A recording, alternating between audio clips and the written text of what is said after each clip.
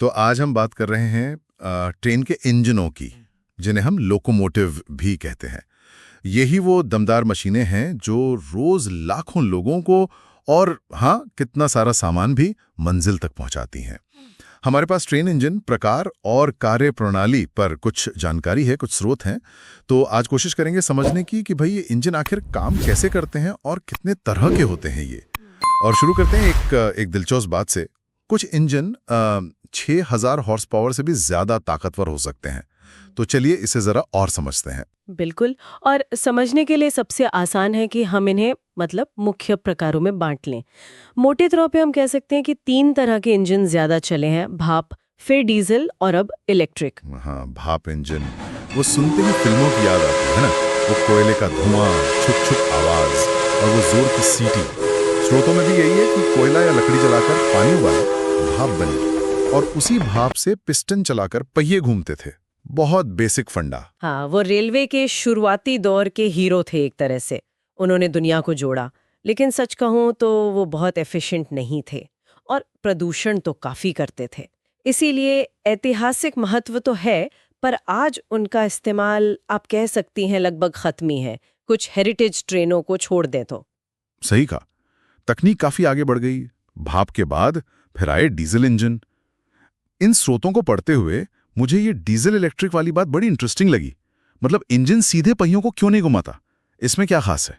हाँ, ये बड़ा ही आप कह सकते हैं स्मार्ट इंजीनियरिंग सॉल्यूशन था उस वक्त का।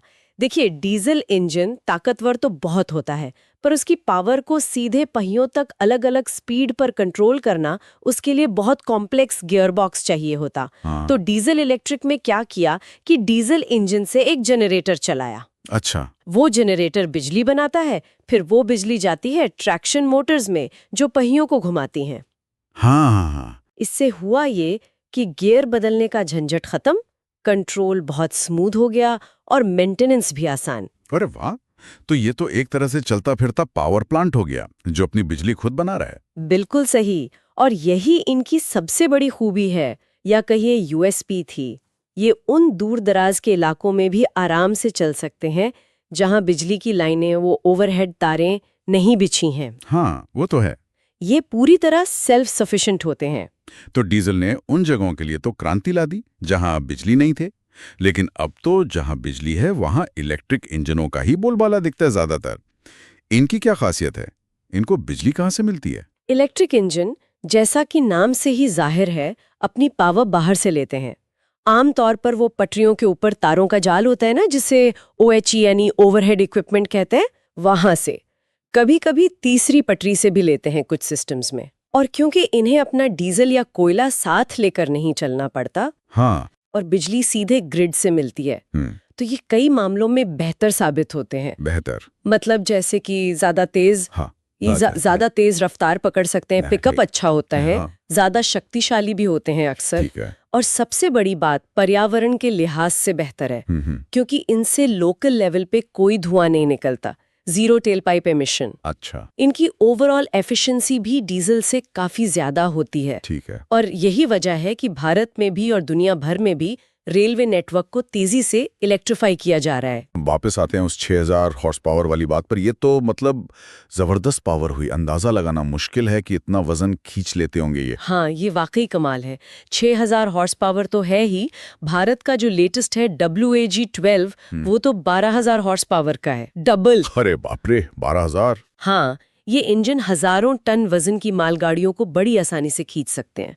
और ये सिर्फ ताकतवर ही नहीं है, अब तो बहुत स्मार्ट भी हो गए हैं।